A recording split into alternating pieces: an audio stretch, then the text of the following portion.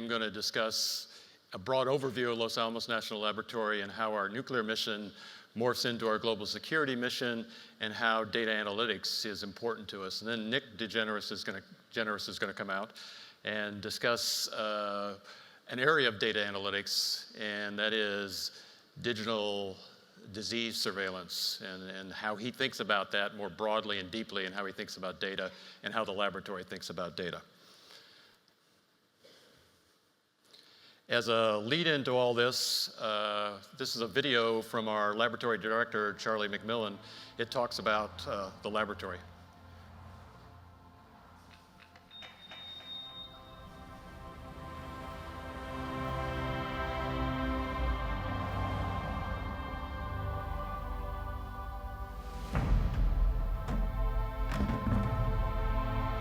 I look forward to coming to work in the morning.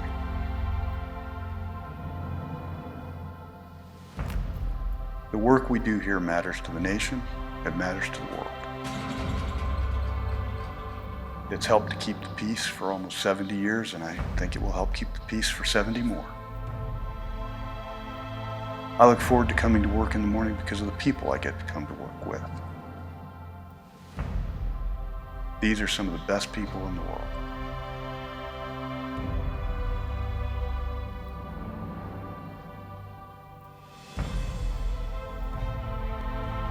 The laboratory is not just a usual sort of business. We do special things for the country. We do special things for the world. And just as the laboratory is not an ordinary sort of place, people in the laboratory are not ordinary either.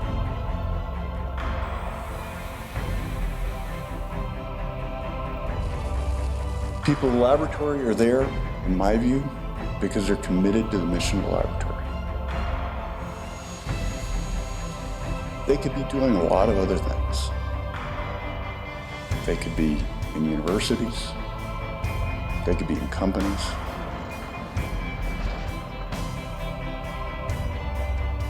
But they're here because of their commitment to this country and to the missions that the laboratory plays for the country and for the world.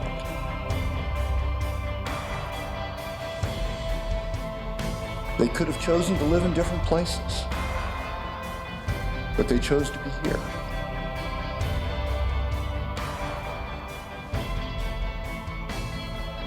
When I look at the people of the laboratory, I see people who've brought their intelligence, who've brought their capabilities, and brought that together with a passion for service and a passion for national service.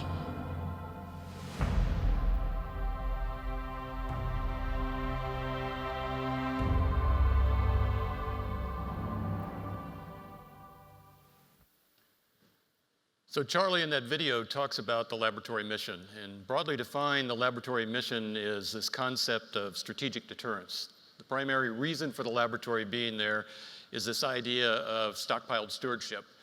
And the science that we do for stockpiled stewardship, the capabilities we have for stockpiled stewardship, feed into that larger global security mission. That would be nuclear nonproliferation and nuclear counterproliferation. The laboratory has a wide and storied history, and we think about the laboratory in terms of its nuclear mission, and in this concept, this is how the laboratory is set up. The weapons program at the laboratory is about 3/4 of what the laboratory does. Global security is about the other quarter. And we have this science and technology and engineering base that feeds into both of those. And what the laboratory tries to do is use expertise in each one of these areas to support a broader global security mission. The laboratory has also figured out that there's 4 areas that we need to be really good at in the future. And these are our science pillars. These are reviewed yearly. These are reviewed by an external committee. There's a strategic plan associated with both of these. And they're materials for the future, science of signatures, information science and technology, and nuclear and particle physics. So I've mentioned stockpiled stewardship a couple times. I told my wife what I was going to talk about, and she said nobody but a labbie would know what stockpiled stewardship means. So I like this analogy in terms of stockpiled stewardship. The concept is you have a high-powered race car. It's sat in the garage for 30 years, and you got to bring it out and expect it to perform at the level that it was meant to perform after that 30 years. This is the concept of stockpiled stewardship at the laboratory. And stockpiled stewardship is the center of what all we do. So the science and capabilities that we use to support stockpiled stewardship, these capabilities are also applicable to the broader laboratory mission and global security. And this includes SMEs, this includes modeling and simulation, sensors, signatures, and it wraps back to those 4 pillars of the science community at the laboratory. In terms of global security, we consider ourselves all things nuclear, so protecting against the nuclear threat. And the idea here is to get as far to the left as possible, and that's where data analytics feeds into this larger picture of global security. We need to understand the data. We need to have the information from the nuclear expertise we have at the laboratory to help understand that information and mitigate that threat. The office I run in Los Alamos, the Intelligence and Emerging Threats Program Office, is going to be the area where we start thinking about data analytics larger for the laboratory. Nick Generous, who will be out here in just a minute, is going to be one of those leaders in moving data analytics forward for the laboratory.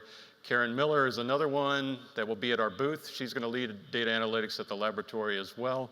And these are going to be the future face of the laboratory in moving forward in this area. So the last slide I have is the 4 areas that in global security that the laboratory needs to do really well in the next 2 or 3 years to accomplish its mission and its mission in the area of data analytics. Our environment, that's not climate change. What that means is whether it's GEOINT, SIGINT, whatever it is, it's a highly cluttered environment, and it's understanding those signals as they come through and using the SMEs that we have, subject matter experts, to better understand those signals that are important. Cyber is going to cross-cut everything we do in the future as we move forward. So defensive cyber has been a focus area of the laboratory. As you can imagine, we get pinged quite a bit by quite a few people. And using that technology in cyber and in concert with data analytics is vitally important. Dominate the spectrum, that's this concept of across the spectrum, understanding the signals, making sense out of those signals, and taking leadership in that area is key in moving data analytics forward. And my take-home message for all this in terms of data analytics of why do you want a national laboratory and where do they fit into this bigger picture? So first of all, it's this concept of the intersection of data science and domain science. So understanding the signals you have, and you have the ability at the laboratory to reach back into the chemists, the physicists, understand the underlying physics of that signal, understanding more information than is actually there. The second is, in this idea of stockpiled stewardship, the US government has invested dramatically in modeling and simulation and trying to get to the level of predictive modeling. Using that capability and the high performance computing capability at the laboratory, I think is key to moving data analytics forward. And the last part of all that is this concept of uncertainty quantification. We have to do this for the weapons program. The laboratory director has got to say that these 4 different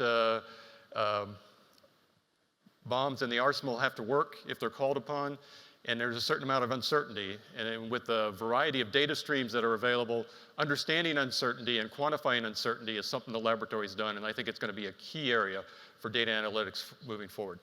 So with that as a background for the laboratory, let Nick come on and talk more a specific area about data analytics. Nick? So I've been told more than once that I have a made-up job. I'm a digital epidemiologist. And what this means is that I try to look for disease on the internet. And people ask, well, why are you doing this at Los Alamos? It's because we have some of the largest supercomputers in the world, and we can leverage a lot of the expertise Jon was talking about in uncertainty quantification and modeling and simulation. Can we move back one slide, please? Is it possible to go back? Well, I will describe the first slide. It has an exponential curve on it. And that's because we live in an age of data. Every day, exponentially more and more data is being produced. And just to give you a sense and scale of the magnitude of this data, every day, 2.5 quintillion bytes of data is produced. There's over 2 billion smartphone users on this planet. There are 12 apps that have over 1 billion active users. And this is really large. This is enormous, because for the first time in history, a significant chunk of the world's population, billions of people every day, are interacting with these digital technologies. And every time they interact with these digital technologies, they leave these traces and interactions in them. And one of the key insights that we have is that we can actually collect and analyze these digital traces to understand things on a scale never before imaginable. So what exactly are these digital technologies that I'm talking about? These include things like anything that connects a user to the internet, to smartphones, apps and websites like Twitter, Facebook, Wikipedia. These include apps on your tablets and smartphones. They also include things like wearables. These are like fitness monitors, like Fitbits or Jawbones, and smart devices that you might install in your home. And all these things produce very disparate and different types of data. Audio from smartphones, posts and likes on social media. An accelerometer might measure how much movement you have and how many miles you run in a day. So how do we take all this very disparate type of information and actually create some usable, actionable results from that? And one area that we've had tremendous success in doing this is in the area of disease surveillance. So disease surveillance is about the collection, analysis, and interpretation of large volumes of data to understand the spread, magnitude, and impact of disease outbreaks. And to understand why it's so important, I'm going to tell you a story about Jon Schoonover, who's widely considered to be the founding father of epidemiology. So Jon Schoonover was a doctor in the mid-1800s in England, and at the time there was a raging outbreak of cholera in the city of London. And nobody knew what was causing it. And you got to remember, this was the day and age when nobody knew what caused disease outbreaks. And the reigning prevailing theory at the time was that disease was spread by bad air, by noxious air. But Jon Schoonover didn't believe that. He thought it had something to do with water, but he couldn't really prove it. So he had this insight. He would go around the infected part of town, and he would try to locate where all the deaths from cholera were happening. And then he would plot this on a map, and he would overlay information about water sources on top of that. So this is the map that he actually produced. It's a very famous map that everyone that takes an Epidemiology 101 course sees. And on it, you can see a map of a part of London, and all those black marks refer to deaths by cholera. And it became very quickly, when Jon Schoonover started plotting this out, that the epicenter of this whole outbreak seemed to surround a single pump located on Broad Street. And this really convinced him that this is what was causing the spread of the outbreak. And so he took this evidence to the local government and convinced them to remove the handle from the pump so nobody could drink out of it. And the outbreak quickly subsided. And this really highlights why disease surveillance is so important. Because if you don't know where the outbreak is, how many people are getting sick, you really can't get at what might be causing it and what's the best way to stop it. So there's a real fun fact to this story. There's one anomaly to this entire analysis, and you can see it on this map. 2 blocks away from the water pump, there's a brewery, and nobody at the brewery died or got sick from cholera. And apparently, one of the perks of working at the brewery is that you got free beer, so nobody was drinking out of the water pump. So disease surveillance is traditionally a very bureaucratic process. It works like this. You get sick, you go to the doctor. The doctor diagnoses you, reports this to the county reports to the state reports to the national level organization, who then compiles this data and then releases it a few weeks later. And a few weeks may not seem like a long time, but during an outbreak, it can mean the difference between having enough time to implement some sort of intervention to mitigate and possibly even stop an outbreak, or lots of people getting sick and the outbreak continues to spread, possibly killing people. So one of the real neat insights that people have had is that when people go online and interact with these digital technologies, they leave traces of their health. And we can collect these traces in near real time and use them to understand the spread and levels of disease in a population. So how many of you all search for health information online? Show of hands. It's a pretty good amount, most of the room. So the internet's become the #1 source of health information for most people on this planet, which is really quite amazing if you think about that. And I like to see this internet data, there's 2 different types. There's information-seeking behavior and information-sharing behavior, which is your social media websites. And information seeking is when you're sick with something, and you might go online to a search engine or on a website like WebMD or Wikipedia, and you look for information about your condition. You look for your symptoms, you look for side effects of a drug you've been prescribed. Information sharing tells you something different. It's when people go online to connect with friends or family on Facebook or Twitter or Instagram. And this is when you might want to share something very personal. So for example, if I wasn't feeling very well today and I wasn't going to come to this meeting, I might say, I have the hashtag flu, hashtag US GEOINT 2016. And these two different types of data sources tell you very different things. For example, if someone has a sexually transmitted disease, they'll probably search for information about it online, but they're probably not going to be posting about it on Facebook. So the first data source I'm going to talk about here is Google. And Google makes search query information available through a service called Google Trends. It's a website. Anyone can access it online.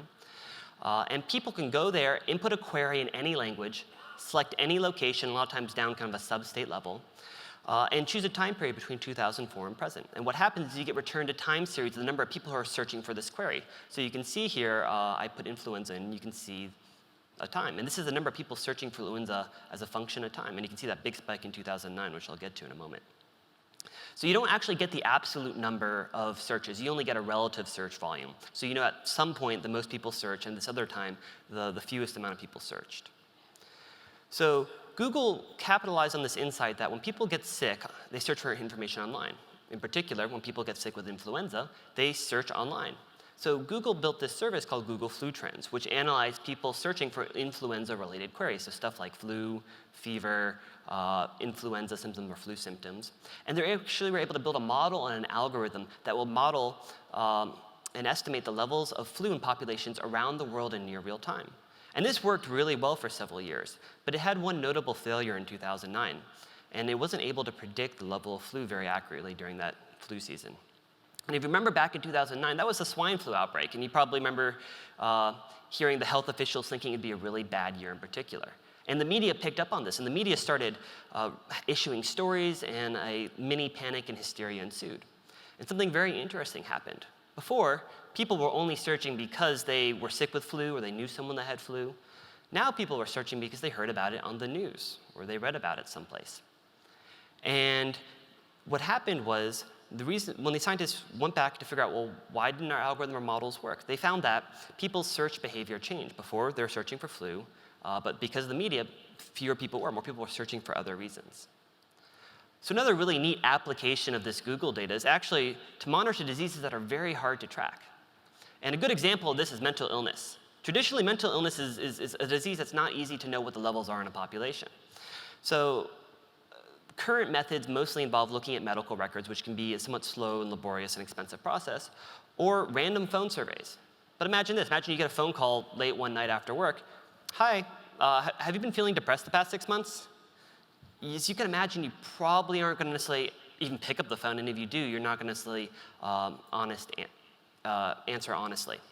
So what these scientists found was that they could look at people searching for mental health-related queries, things like ADHD, anxiety, schizophrenia, depression, and various medications associated with them.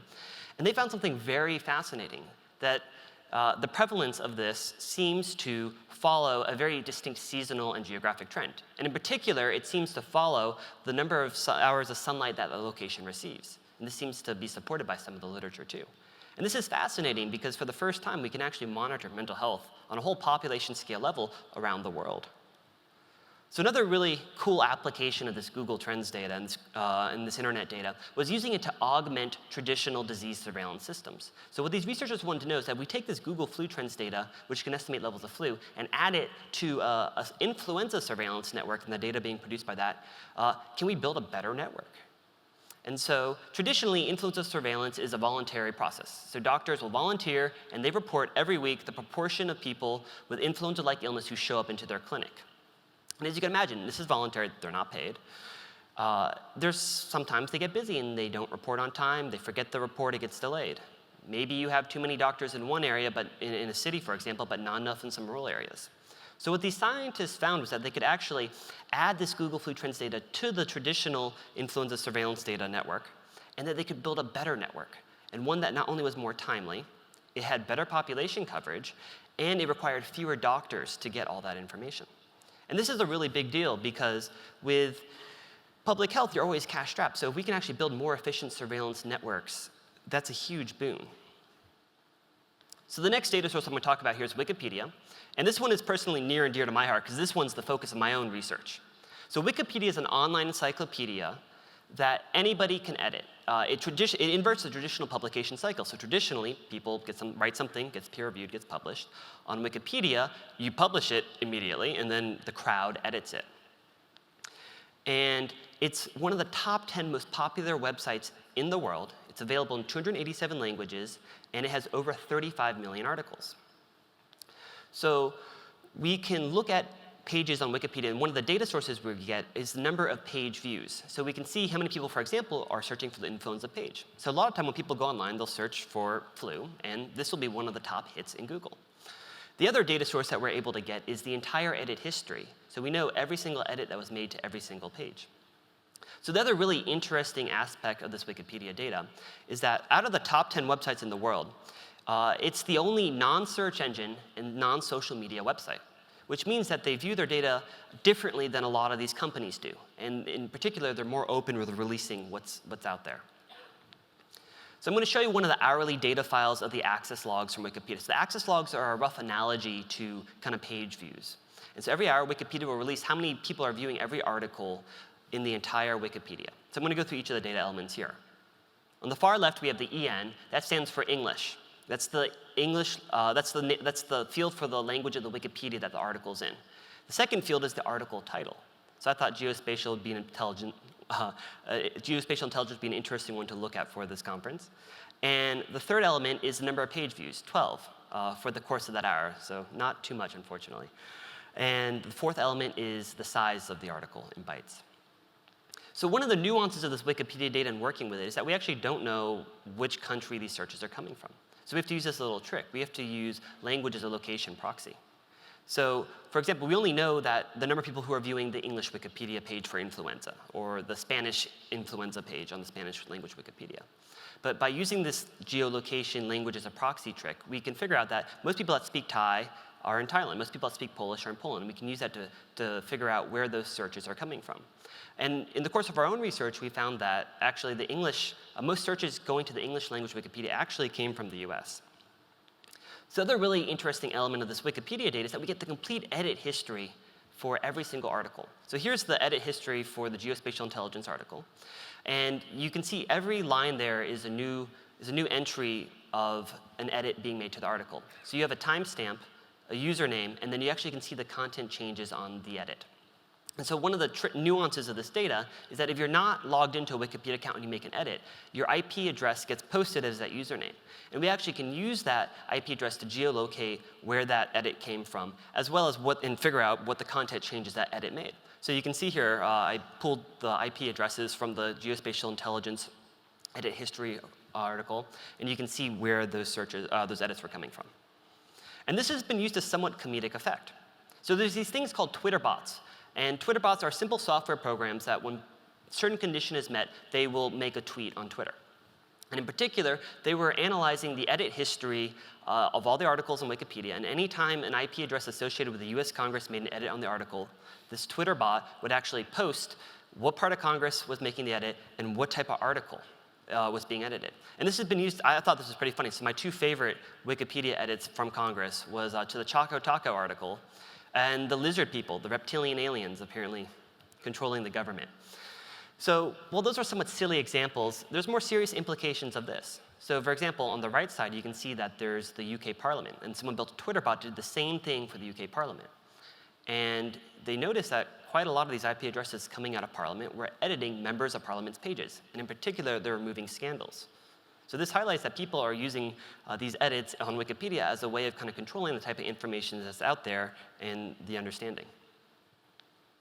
So those are just an example of two different data sources of this information-seeking kind. There's many others out there, and quite a lot of them make available their data in some sort of form like I described here. And they're not all necessarily ones you're familiar with. There's stuff like Baidu, which is a Chinese search engine, Naver, a South Korean, and there's websites like WebMD, which is where people can go online to search for health information. So now I'm going to talk about some of these information sharing data sources, and in particular Twitter. So Twitter is a social media website, and anybody can go on and make a post of up to 140 characters in length. And Twitter makes available 1% of all tweets for free. And about 1% of all users have a location associated with their Twitter account. So one of the issues, though, when trying to use this self-reported geolocation is that you don't always get correct or true answers. So for example, I pulled up some tweets related to flu here on Twitter. And so we look at Charles Darwin's Twitter account here. He indicates that he's from planet Earth. Technically accurate, not particularly useful. While it's not technically a fake location, it's not a very informative location. However, if you look at Marie Curie, she indicates she's from Cheltenham, England. And this is much better because we actually then have a town and a country associated with it. But most people are like Francis Bacon and actually don't report anything. There's more advanced ways to geolocate tweets, but at the simplest level, this is one of the ways you can do it. So one of the nuances of using Twitter data is that you have to be able to read and understand the tweet. So for example, maybe we want to use people's tweeting about flu to understand what's the level of influenza in the population. So if we take a look at the first tweet there by Archimedes, not feeling well today, flu, fever, and severe body pain. This is clearly a health observation, it seems like. The person seems to be reporting an illness that they're experiencing themselves. However, we look at that third tweet down there, OMG, I have baby fever, heart eyes emoji, baby face emoji. This is not a health observation. And so we need to be able to distinguish between these two in our algorithms. And this was a huge issue when scientists started using this data to monitor flu. So back in 2007, 2008, these scientists were trying to use this technique of people tweeting about influenza to see if they can build a model that could actually estimate levels of influenza in a population. So they were looking at the number of people who were tweeting about flu and fever and influenza and all those things. And they found that when they built that model, let it run, it totally failed. And the reason why, when they started looking at some of the tweets in there, was that a lot of people were tweeting about this thing called Bieber fever. And apparently, a lot of young Twitter users, mostly female, were tweeting their affection and love of the pop star Justin Bieber by saying they had Bieber fever. And if you look at the first one, there's two disease things in there. We love you, Bieber fever, exclamation point. We have the plague, exclamation point. So this really drives home the point that when using this Twitter data, you really have to understand the context and the semantics of the words on the tweet. Otherwise, you might not be able to properly parse that data. So the other really cool application of this social media data was actually by these scientists who used it to predict postpartum depression in pregnant women. So they pulled the social media feeds from both Twitter and from Facebook of pregnant women, and then they aligned those social media feeds by the date of the birth of the child. Then they analyzed both the content of the social media messages, so this might be posts or tweets, before and after the birth of the child, but also the measures of social interaction before and after the birth of the child. And what they found was that they could predict postpartum depression. And the strongest predictor wasn't the content, it wasn't what people were saying, but it was changes in measures of social interaction, in particular, changes that seemed to suggest social isolation. So this would mean they were reaching out less to their social media friends. They weren't liking Facebook pictures, they weren't reposting, retweeting, etc. And this is really huge and has fascinating implications if you think about it. Because what this seems to imply is that if you get sick or there's some condition in yourself that causes some sort of change of behavior, this change in behavior will manifest itself in the social media data. So I just gave a brief overview of a couple different social media information sharing websites. There's many more out there. There's stuff like LinkedIn. There's more visual ones like Snapchat, Instagram, YouTube, and also ones from other countries like Weibo, which is very similar to Chinese Twitter. So this internet data will not solve all our disease surveillance problems. It doesn't work in some cases. Perhaps the most obvious is that it will not work if we don't have internet. The other case where it doesn't work is when people are searching about a disease, but not because they're actually sick, but because they're searching for other reasons. So for this to work, you need more health observations, more people tweeting or searching online because they're sick and they're searching for information about an actual observation of illness than those searching for other reasons because they heard about it in the news, they're generally interested in the disease. And a good example of this is the Ebola outbreak in 2014, 2015. So there's only 11 cases of Ebola in the US during this outbreak, and most of them were imported, which means they got infected elsewhere, came to the US for treatment for some reason or the other. So imagine this, even if those 11 people were tweeting a storm on Facebook, searching online all the time, just think how many orders of magnitude more people are searching for Ebola because they heard about it on the news. And that those people searching because they heard about the news will just drown out any actual health observations we can pick up on this internet data. And just to really give you a sense of how much the media can drive search behavior on the internet, I pulled some data from Google Trends. I pulled the number of people searching for Ebola, that's the blue trend line there, and then the number of people searching for influenza, which is the red trend line. So if you can see up there, there's a big spike of blue in 2014, 2015. And this is people searching for Ebola during the Ebola outbreak. And as I said, 11 people were sick with Ebola during this time. However, if you look, you can kind of see this red line at the bottom that you barely can see that. That's the number of people searching for influenza. And while only 11 people were sick during that time period with Ebola, at the same time, 35,000 people died of influenza, and anywhere between 5 to 10% of the US population was infected with flu. And this drives home the point that these internet data cannot replace traditional disease surveillance systems, but they can augment them. And they can augment them in areas that I think are very powerful. And one is diseases that are very hard to monitor. So mental illness is one good example of that. Other ones are areas that have poor disease surveillance, but might have somewhat good internet penetration. So this might be parts of the developing world. So not everybody accesses the internet through computer-based platforms. A lot of times people do it through smart devices. So for a show of hands, how many of you all have smartphones? Almost everybody. How many of you all have wearables? So these could be like fitness monitors, a smartwatch, like an Apple Watch. Okay, it's a pretty good amount, not quite as many as smartphones.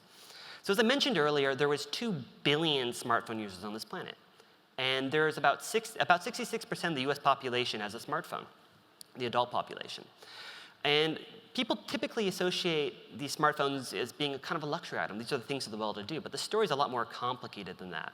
So I have a friend that's a doctor on a Native American reservation in rural New Mexico. So I was asking her, how do your patients search for health information online? Like, what's their behavior like? How do they interact with the internet to look for health information? And she said something very interesting to me. She said, most of them don't have landlines at home, and that the primary way they access the internet and a lot of these digital services is primarily through their smartphone.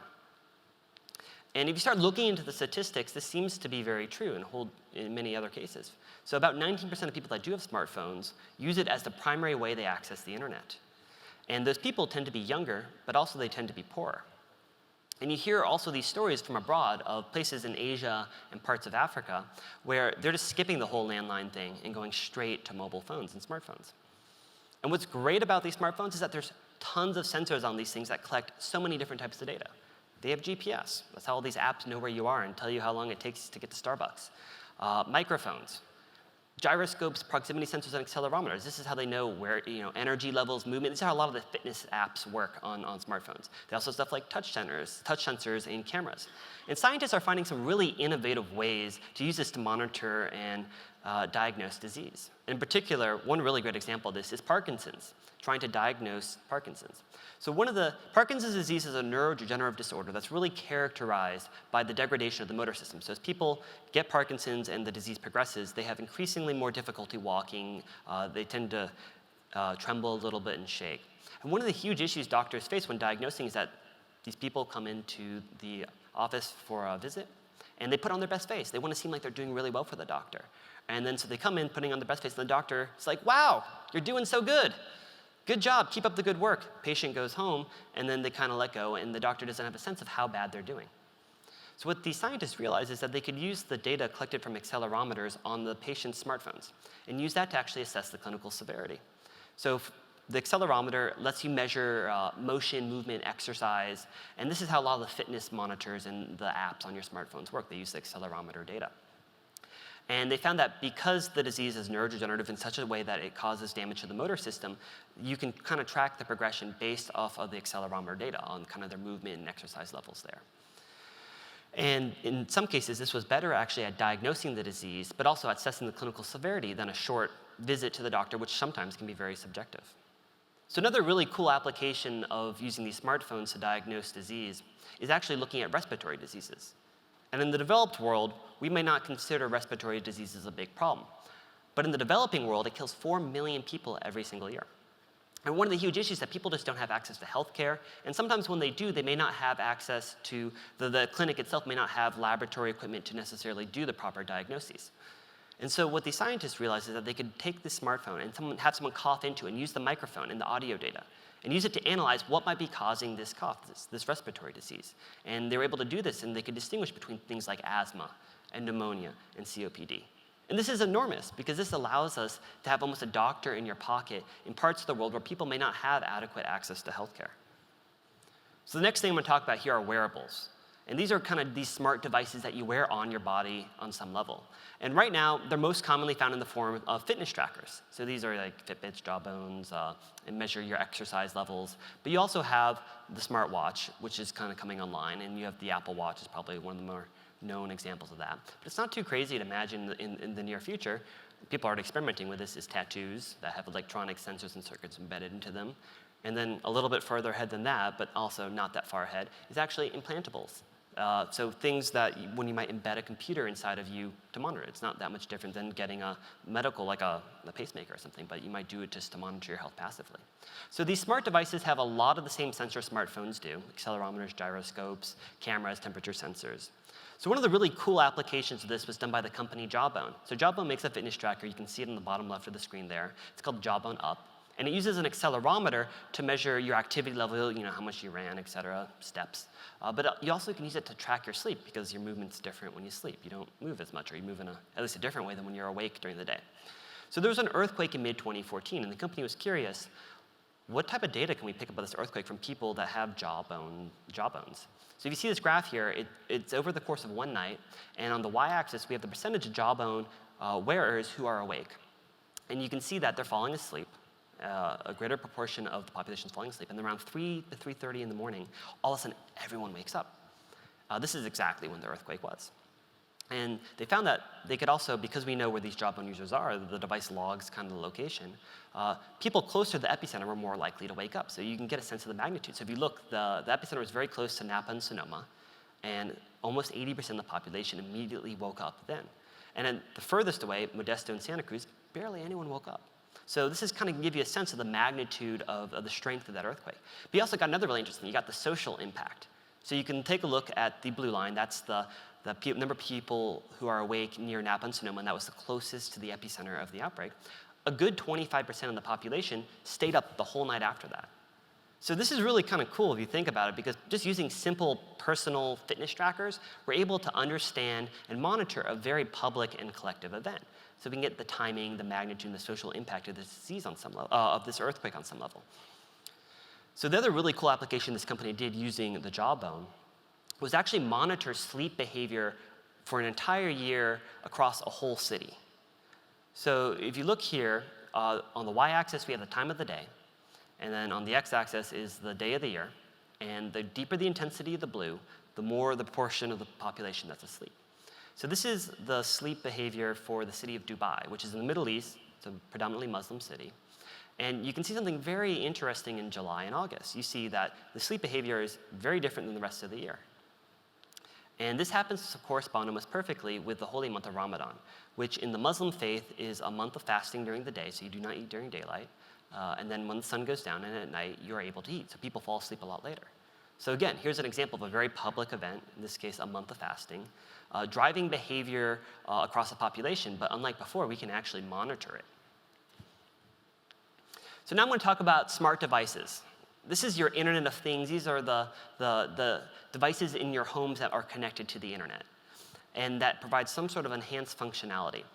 So something like 90% of American households have 3 or more devices connected to the internet. Right now, this is mostly gaming consoles, computers, streaming devices for your TV.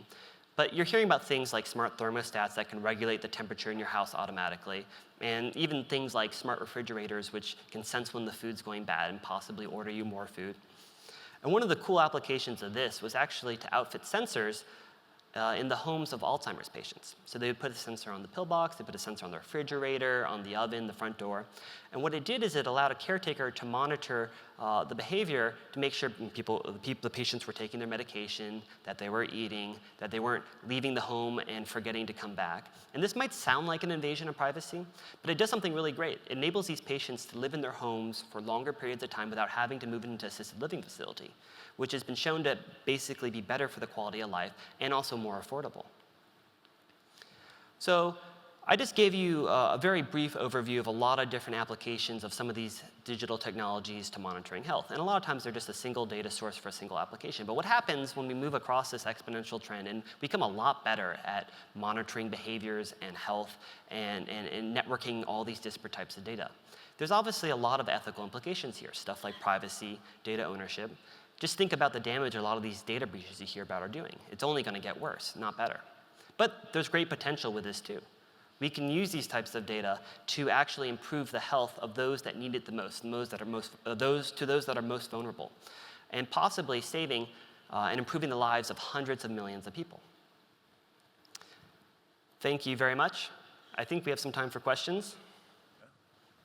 Let's give them a hand, please.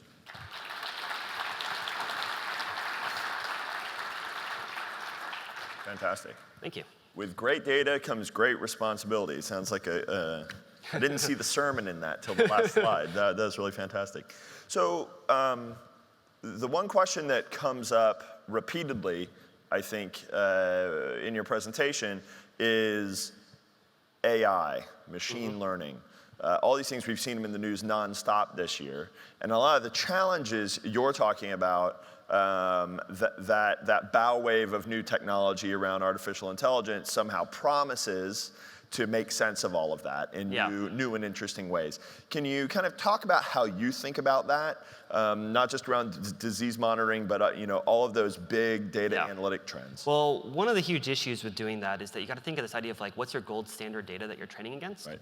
And so this is actually a huge kind of debate in this digital disease surveillance field, is what is the gold standard? And here's the example. Here's a question for the crowd. How many of you, when you're sick with the flu, for example, go to the doctor? So raise your hands if you don't go to the doctor. How about that? Okay, a good portion here. So you're not going to be picked up on the official system, but you probably are being picked up on things that look at internet data. So what is the gold standard? Even there's a lot of flaws with this official data source. There's also a lot of wider coverage you get with this internet stuff. So trying to build these training sets can sometimes be very difficult for disease surveillance. So we have a question from the audience. How does Los Alamos acquire the data to enable your epidemiology research? Does Los Alamos scrape the web, buy from an aggregator? Does it buy directly from an app like Fitbit, or you gave a few examples? And can other government agencies leverage the data accounts that you have? So we do not use proprietary data. We will not pay for it. Because we believe that when you're dealing with public health systems, they need to be built on open data. So we only use data that's freely available on the web. So the data that we do get is from Wikipedia. I mean, not directly. Anybody can go. It's dumps.wikipedia.org. And you can download these hourly data files. Twitter provides an API to access 1% of all tweets for free. Google makes its data available from Google Trends. So we try to leverage only these open source informations because we do not want to build a public health system that is relying on a company that may pull the plug, or if runs out of money, you don't have it. So this is the GEOINT symposium, and a number of your examples included geolocation, and you talked about how that technology is becoming ubiquitous, particularly in the Internet of Things, et cetera. One of my friends, he actually authored a piece in our human geography monograph that the foundation put out a couple years ago. Dr. John Kelly started a company named Graphica. Weirdly, he's a sociologist. Yeah. So when he looks at all this social media stuff, he calls it the cyber social geography, and he's looking at the micro segments driven by the actual underlying social structure, right? So you may have a tweet that says, I love Donald Trump. No, that won't work. I hate Hillary Clinton, right? And you read it and you say, who is that? And if you look at the underlying social structure, that could have come from a pro-Donald Trump person or a pro-Bernie Sanders person, right? But you don't know unless you know the underlying social structure. So the sentiment in there isn't necessarily the guiding star. Yeah. Can you talk a little bit about what we're seeing in the data and then the underlying social phenomena that may be driving it? Yeah, so I mean, this is a constant problem. So I even faced it when I was actually trying to pull examples of flu-related tweets for this conference. I gave you the example of Bieber fever. That was the very well-known one from 2007, 2008. It's sadly becoming dated now. But I was Googling it, and there's this thing, all these tweets are about this thing called man flu. And I'm like, what's man flu? And so I had to Google it around, and apparently it's a UK slang for when men don't want to go to work, so they say they have flu and they stay at home. And this is big enough that actually a good proportion of the tweets are. So you really, and this is always constantly changing. There's always new examples of how people are changing their behavior on the internet, and you have to really be adaptive about that. And that's one of the key kind of technical challenges. And that was one of the reasons why the Google flu trends model wasn't able to accurately predict the influenza season in 2009, was because people's behavior changed because of all the news media. But there's a lot of challenges, technical challenges associated with controlling for that. How do you know when people's behavior have changed? Is it a measure of looking at news media content change? But for example, man flu, you're not going to find that in the news. So how do you know what that is before knowing what it is? So it's a huge technical issue that we're working on, but I think people are making some inroads into it. So I saw Eddie Pickle just tweeted out one of your quotes, the smartest man in the room is the room, maybe the room. There's a lot of rooms that won't have people in them. Yep. And so it kind of begs the question of the whole, like, if a tree falls in the forest and no one's there to hear it, does it make any noise? You know, how do you think about the proliferation of all these sensors where there is no human on the ground, there's no ground truthing it through a human experience? What are some of the challenges in the data and your strategy? So this goes back to the gold standard. So if you remember on my slide, I talked about that these internet data are meant to replace traditional disease surveillance, but they can augment. And one of the areas I said they could augment it really well is places that have very poor disease reporting, but they have access to internet. And this is a lot of areas in the developing world. But then it begs the question is, if you can pick up these internet signals, how do you know they're actually referring to disease if you have nothing to compare it to? Right. And so one of the ways we think maybe you only care that there's a relative change in search behavior. So all of a sudden, people searching about flu is down here, and then for whatever reason, it's up here, super high. That might be enough for public health to act upon, but I don't think we'd be able to get at the level, well, at least not at this point, until we have a really good understanding of the mechanistic model. Like, this field is still very early. We don't even know, when people search online, do they do it before they go to the doctor? Are they able to self-diagnose? Or do they do it after they go to the doctor? Or they do all three at the same time? Or they obviously probably search for more than one disease. They probably search for many things at once. So how does this, there's a lot of work that's to be done on the behavior and sociology of just how people like if someone's a PhD dissertation, that's a great topic. Like, how do people interact with the internet in terms of their health, in searching for information? And it's not until I think we can have an idea of this mechanism of how does changes in our own behavior manifest themselves in these digital traces that we can probably start getting at this, where build a bottom-up model to understand these digital traces. What are the levels of disease without actually having a ground truth? But that's still many years in the future. Great, and maybe we'll end with the great responsibility that you allude to. Can you talk about, let's just call it the ethical and moral dimension of all this? What are the kinds of responsibilities that we haven't had to bear in previous era because all of this wasn't out there, that you think will become, in effect, pedestrian, something that everybody's going to have to deal with? Or is it a burden that the data scientist has to deal with, or the company with access to the data? What's the array of ethical and moral issues there? That's a very good question. So remember the slide I had talking about predicting postpartum depression? They were able to predict it before the individual actually knew they had it. So what does that mean when you're able to actually diagnose someone's condition and they don't know it themselves at some level? Do you have an ethical obligation to tell them? And postpartum depression is a pretty high burden, but the stakes are a little bit lower than, for example, say suicide. What happens if we can actually predict people's behavior through suicide? And this is a huge challenge, because one of the issues with studying suicide is that everyone that has successfully done it, you can't study. But we can actually use this internet data to actually monitor the types of behavior that might be suggestive of someone doing that. But again, at what level of confidence should you act on it at all? And what level of confidence? Because that obviously could be construed as a huge invasion of privacy. So public health always struggles with this. If you're super infectious with some disease, do I have the right to detain you and violate your rights to protect the health of the population here? Or no, do I have to preserve your rights first, and you might see the outbreak to the population? And I don't think there's a good answer. And I think the changing norms of data privacy, this is a conversation our society, I don't think, has fully come to grasp with and discussed. But I think that we're going to have to figure out where along the spectrum we think it's appropriate to lie, and only then can we start building these systems. Wonderful.